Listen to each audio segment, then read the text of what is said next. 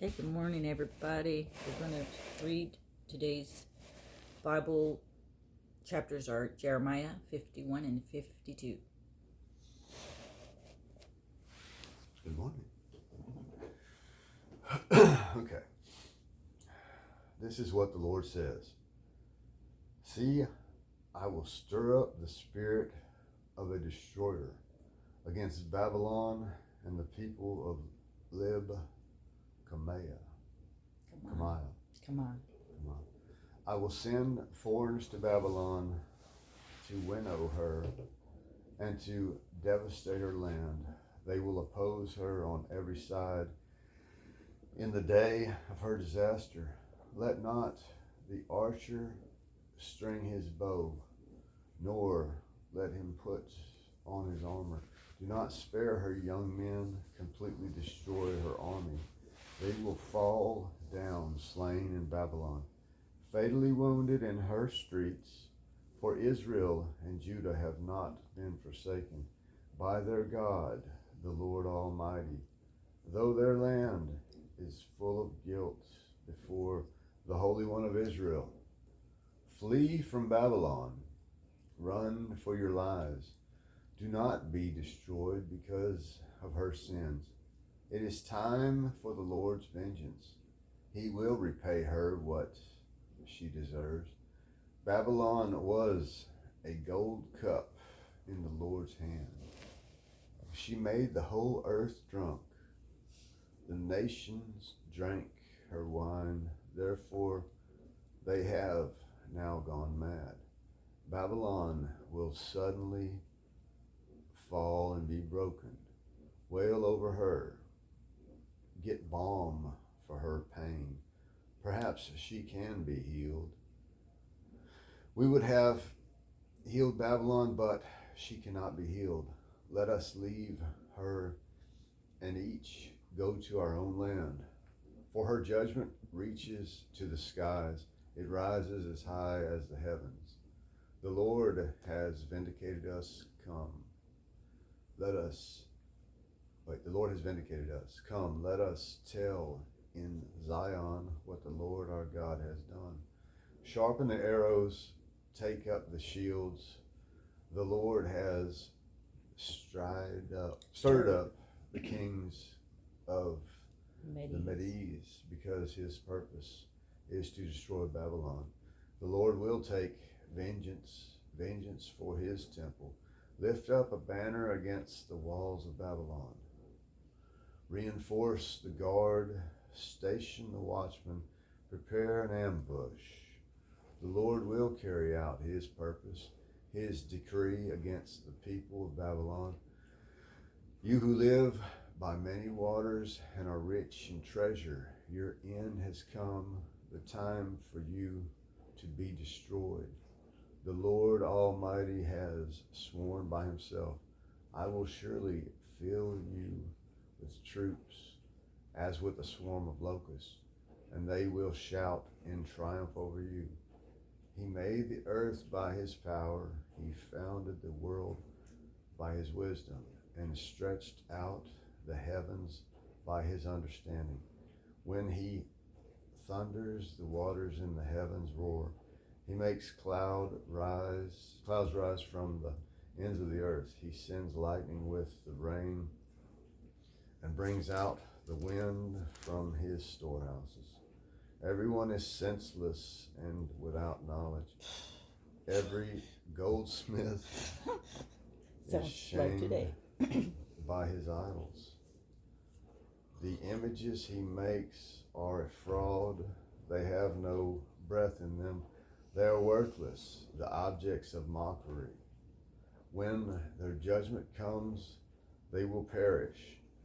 He who is the portion of Jacob is not like these, for he is the maker of all things, including the people of his inheritance. The Lord Almighty is his name.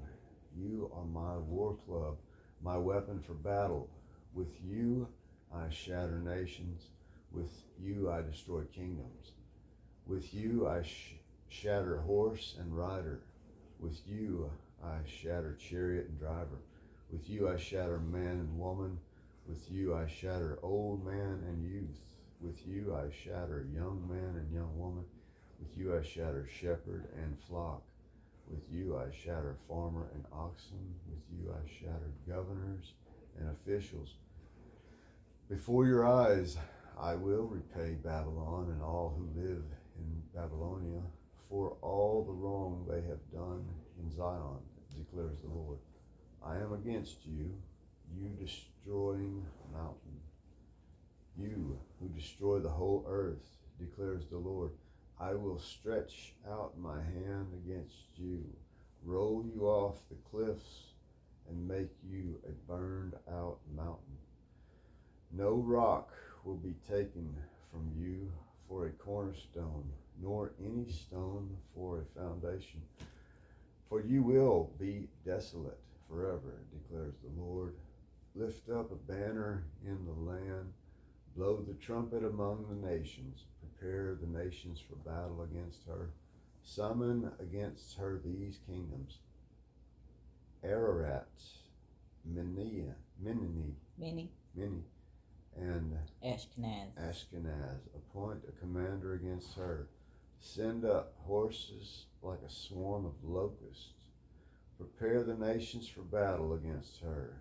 The kings of the Medes, their governors and all their officials, and all the countries they rule. The land trembles and wreaths for the Lord's purpose against Babylon stand, to lay waste the land of Babylon, so that no one will live there. Babylon's warriors have stopped fighting. They remain in their strongholds. Their strength is exhausted. They have become weaklings. Her dwellings are set on fire. The bars of her gates are broken. One courier follows another, and messenger follows messenger, to announce to the king of Babylon that his entire city is captured, the river crossing seized, the marshes set on fire, and the soldiers terrified. This is what the Lord Almighty, the God of Israel, says. Daughter Babylon is like a threshing floor. At the time it is trampled. The time to harvest her will soon come. Nebuchadnezzar, king of Babylon, has devoured us. He has thrown us into confusion. He has made us an empty jar. Like a serpent, he has swallowed us and filled his stomach with our delicacies, and then has spewed us out. May the violence done to our flesh be on Babylon. See the inheritance of Zion. May our blood be on those who live in Babylonia, says Jerusalem. Therefore, this is what the Lord says. See, I will defend your cause and avenge you. I will dry up her sea and make her springs dry. Babylon will be a heap of ruins, a haunt of jackals. Oh, we read this. And an object, well, yeah, but he repeats it. Okay. Babylon will be a heap of ruins, a haunt of jackals, and an object of horror and scorn, a place where no one lives.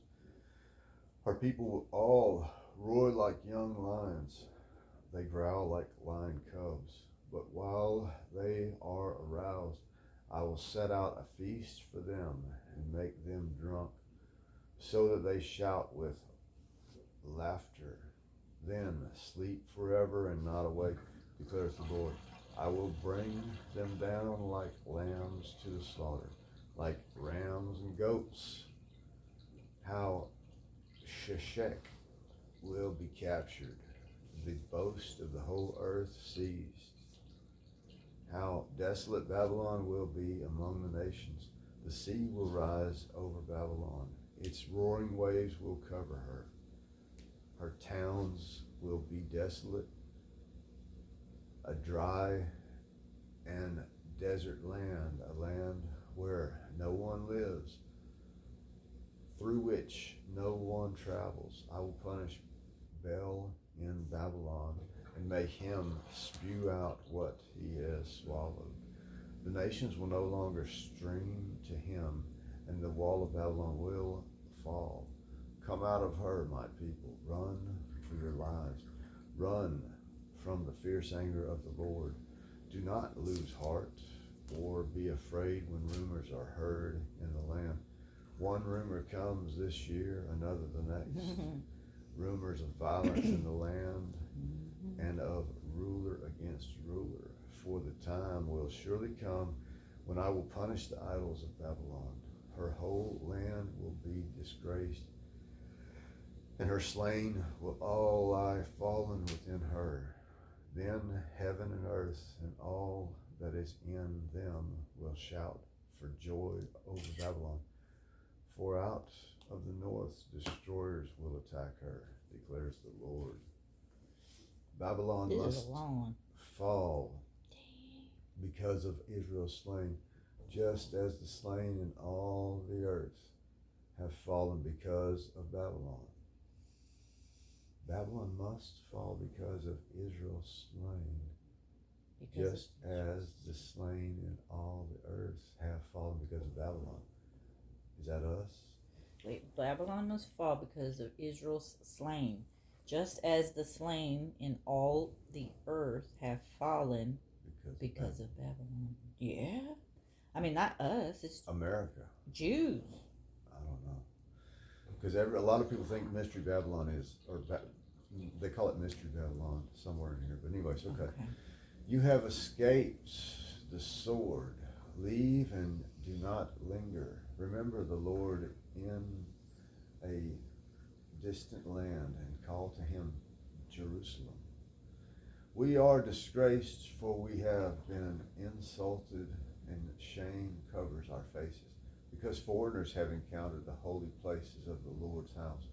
But days are coming, declares the Lord, when I will punish her idols, and throughout her land the wounded will groan, even if Babylon ascends to the heavens and fortifies her lofty stronghold. I will send destroyers against her, declares the Lord.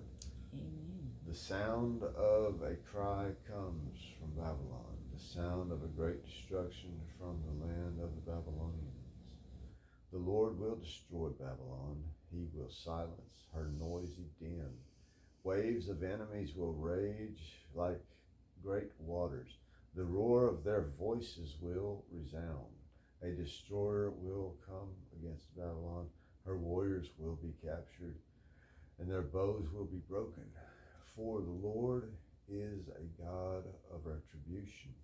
He will repay in full. I will make her officials and wise men drunk, her governors, officers, and warriors as well. They will sleep forever and not awake, declares the King, whose name is the Lord Almighty. This is what the Lord Almighty says. Babylon's thick wall will be leveled, and her high gates set on fire. The peoples exhaust themselves for nothing. The nation's labor is only fuel for the flames. This is the message Jeremiah the prophet gave to the staff officers. Seraiah, son of Neriah, the son of Maheshiah, when he went to Babylon with Zedekiah, king of Judah, in the 4th year of his reign. Jeremiah had written on a scroll about all the disasters that would come upon Babylon, all that had been recorded concerning Babylon. He said to Seraiah, when you get to Babylon, see that you read all these words aloud. Then say, Lord, you have said you will destroy this place so that neither people nor animals will live in it. It will be desolate forever. When you finish reading this scroll, tie a stone to it and throw it into the Euphrates. Then say, so will Babylon sink to rise no more because of the disaster I will bring on her, and her people will fall. The words of Jeremiah end here. Wow. That was a long one. Let's pause real quick. Yeah, let's pause. Most people don't understand it. They don't, not just, they don't know what's just happened with the vaccines and all the COVID stuff. You know what I'm saying? Like, it's a very, very small group of people that actually remnant. Understand and see. It's called the remnant. Yeah, I guess.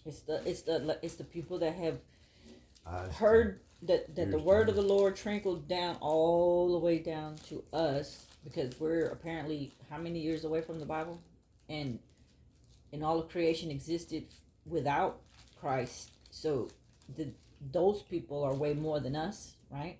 Those types of pagans are way more than us. Then God came for 33 years on earth. That's like a millisecond. Yeah. Like a half a blink of an eye. And he for 33 years he spread the word and made a gigantic difference that lasted 2025 years. And everything has come true. We are persecuted.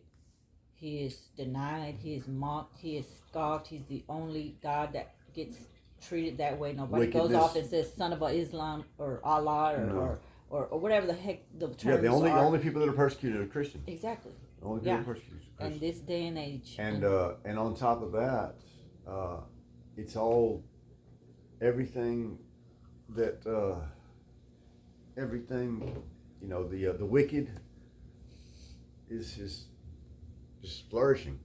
Yeah, the wicked is reigning on earth right now. You can't take up for what's right, or you will be ridiculed and mocked, or you will be banned for telling the truth on social media. We are now in the age where everything is monitored, surveilled, censored, scrutinized By Satan. By Satan's And the only things that pass overlords are wickedness. Truth is not allowed, and wickedness and debauchery are encouraged. Yeah. But truth is not allowed by Satan. No. So we are the chosen. I try to run away from my religion. Well, we all run away from the religion because Jesus. But that's what gave us the truth. Well, of course it did. So yeah, people like to knock it and everything, but well, I'm not knocking it. We've learned as we came through, and we understand that really, what does the Bible say? Is true religion is going and feeding the homeless and the it's not just in the church. The poor and the orphans or something. Yeah, it's not just in the church. But yeah, exactly. It's not just you don't go there for an hour or two on Sundays. You're supposed to live your life the whole time. This is supposed to be the way you live. And the main thing life is about is glorifying God. Yeah. It's not making all the money you can possibly make and stuffing your pockets and having all the worldly things you can think. That's the lies of the world that we've been fed, and we've people been lied to. are using that as the gospel. I mean, it's the American way. The American way is Satanist. Yeah, it really is. Satanic, because it's not love your neighbor, which is what God, like Brock always says, it's two things that God says: love me and love one another the way you love me and yourself. Yeah, it's very simple. And if you did them two things right there, you would not be able to lie. You would not be able to hit and steal and kill and do all the other sins. That covers all the 10 Commandments. It covers it all. Yeah. Just those two. And what is wrong with people that they hate the Bible so much? Because they don't like all these other little Bible stories that accumulate and make a point. But they don't ever get down to those two things. They scoot around. They say, "Oh, you killed kids. You did this. You whatever." But all the bad stuff, right? And just to use it against us. Well, that's because they don't. But not only do they do the same thing, that's what the whole thing. That's what their whole religion is to kill other people for your religion. Satanism is that way, and the Islam is that way. The Hindus and all that, no, they're the more passive. Hindus are killing Christians right now in India. Hindus are killing the Christians. Yeah, the Krishnas, the Buddha Brock's people. Been reporting on it. Yeah, they are. They're violent. I thought they were just like love everybody and I mean, you'll the be ones that are over here reincarnated are into very a cat peaceful. when you come back or some crazy stuff. That's Buddhist, I think. But Yeah. Whatever. But anyway, yeah, Like, Christians are the only ones that are under siege right now. They're under attack. What's all more over the amazing to world. me is how people, all those Hindus, will believe Except in for these here. weird 8-armed elephant nose figures, but not in a man that came to say that he was the son of Christ. Because it's ridiculous. You've never seen an 8-armed elephant. But you have to look at it from their perspective. The only reason you're Christian is because you were born into a Christian household by the grace of God. That's it. There's nobody. So you could have just as easily been born into that Hindu family, and guess what? You would have been a Hindu. It's God's choice. No, you have to understand. But I still would have. Yeah, I guess. No, you wouldn't have said, "Oh, what about Jesus?" No, you wouldn't have, because you would have been brainwashed, literally programmed into. But there's plenty of people that do that. And there are, and they're called miracles. I get it. I'm not saying that don't happen. I'm just saying the chances of you breaking out of what you were born into is almost. Almost I understand that. I understand that because it's by God's grace that we were born into these families and we went to church. That's why I say we are His chosen. And it's not to boast. Yeah. It's not, because there is not anything that I could have ever done to even change that. I did try to do everything to change who I was. I didn't want to follow my religions in what I was taught. I wanted to know things right away. I didn't want to wait and pray and see what the Lord said. I wanted to go to the tarot cards, and I wanted to go to the hand readers, and I wanted them to tell me what's going on right now so I can make a proper informed decision, just like all these other millionaires were thinking about doing. Only it backfired on me.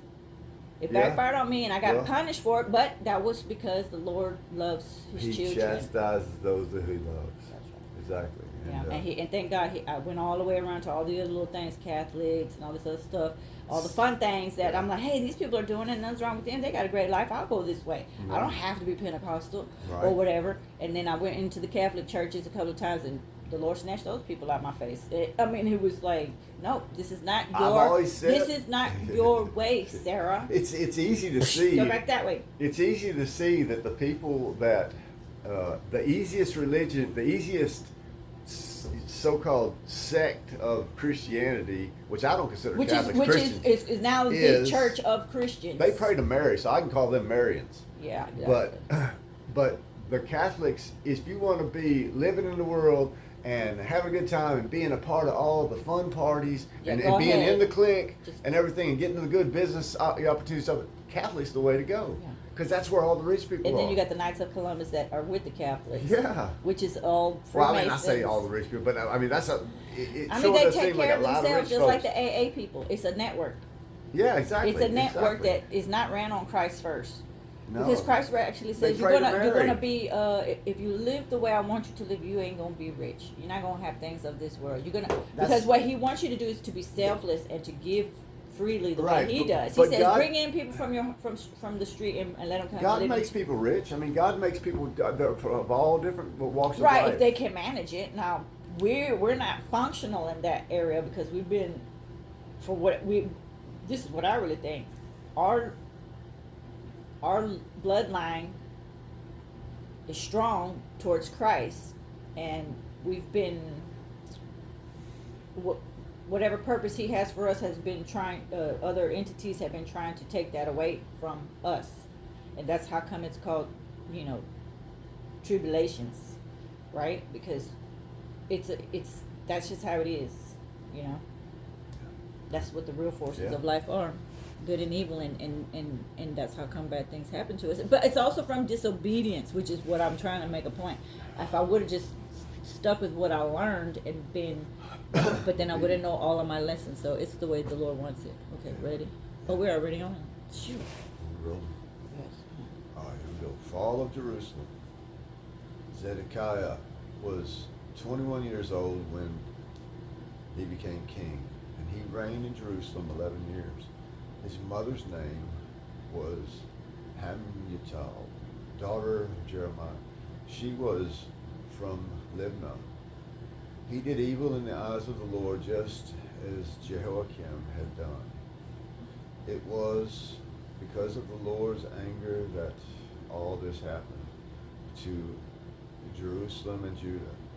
And in the end, he thrust them from his presence. Now, Zedekiah rebelled against the king of Babylon. So in the 9th year of Zedekiah's reign, on the 10th day of the 10th month, Nebuchadnezzar, king of Babylon, marched against Jerusalem with his whole army. They encamped outside the city and built siege works all around it. The city was kept under siege until the 11th year of King Zedekiah. By the 9th day of the 4th month, the famine in the city had become so severe that there was no food for the people to eat. Then the city wall was broken through, and the whole army fled. They felt the city at night through the gates between the two walls near the king's garden. Though the Babylonians were surrounded, the city,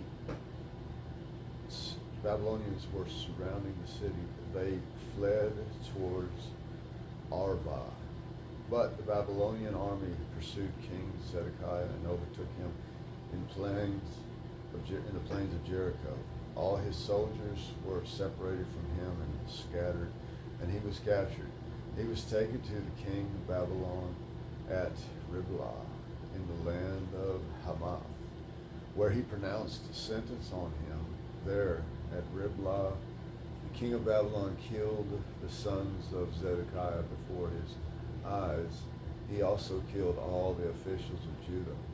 Then he put out Zedekiah's eyes, bound him with bronze shackles, and took him to Babylon, where he put him in prison till the day of his death. Oh my gosh. On the 10th day of the 5th month, in the 19th year of Nebuchadnezzar, king of Babylon, Nebuzaradan, commander of the imperial guard, who served the king of Babylon, came to Jerusalem.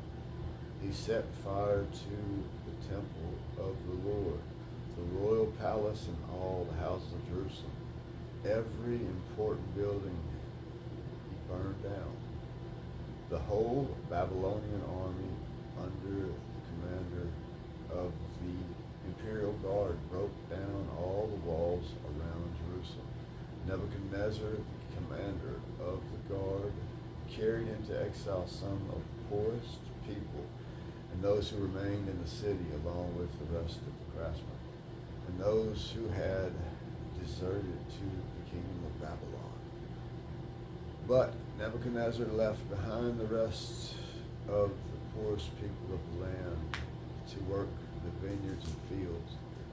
The Babylonians broke up the bronze pillars, the movable stands, and the bronze seat that were at the temple of the Lord, and they carried all the bronze to Babylon. They also took away the posts, shovels, pots. They also took away the pots, shovels, wick, trimmers, sprinkled bowls, dishes, and all the bronze articles used in the temple service. The commander of the imperial guard took away the basins, censers, sprinkling bowls, pots, lampstands, dishes, and bowls used for drink offerings, all that were made of pure gold or silver. The bronze from the 2 pillars, the sea, and 12 bronze bulls under it, and the movable stands which King Solomon had made for the temple of the Lord was more than could be weighed. Each pillar was 18 cubits high and 12 cubits in circumference.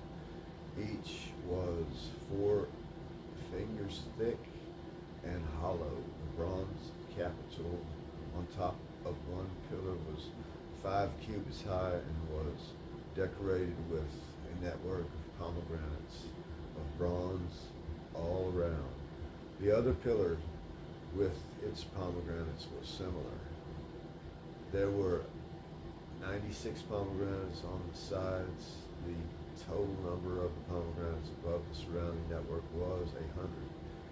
The commander of the guard took as prisoner Seraiah, the chief priest, Nephaniah, the priest next in rank, and the 3 doorkeepers.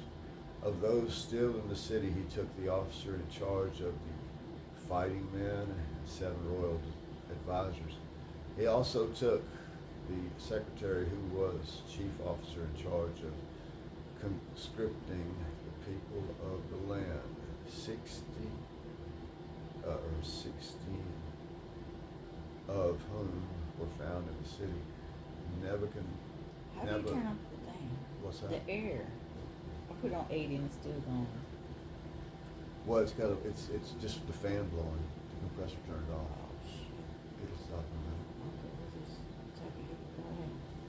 Nebuchadnezzar, or Nebuzaradan, the commander, took them all and brought them to the king of Babylon at Riblah. There, at Riblah, in the land of Hamath, the king had then executed. So Judea went into captivity away from her land. This is the number of the people of Nebuchadnezzar's carried into exile. In the 17th year, 3,023 Jews in Nebuchadnezzar's 18th year, 832 people from Jerusalem in his 23rd year, 745 Jews taken into exile by Nebuzaradan, the commander of the imperial guard. There were 4,600 people in all. Jehoiakim released in the 37th year of the exile of Jehoiakim, king of Judah. In the year of Awel, Marduk became king of Babylon. On the 25th day of the 12th month, he released Jehoiakim, king of Judah, and freed him from prison. He spoke kindly to him and gave him a seat of honor higher than those of the other kings who were with him in Babylon. So Jehoiachin put aside his prison clothes and for the rest of his life ate regularly at the king's table. Day by day, the king of Babylon gave Jehoiachin a regular allowance as long as he lived till the day of his death. Well, that's nice.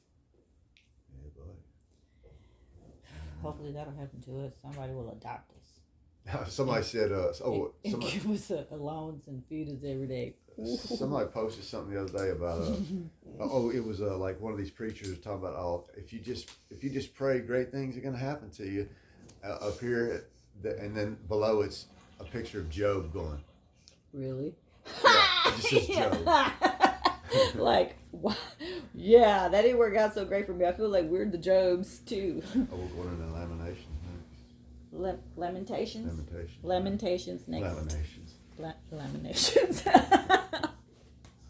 See, I tell you when I'm fed, I look like a Chinese.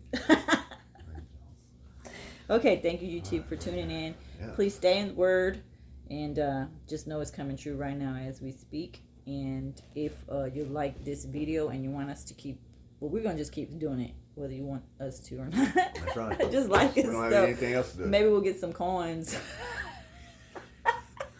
Some commercials from these evil doers. Anyway, see y'all later. Bye.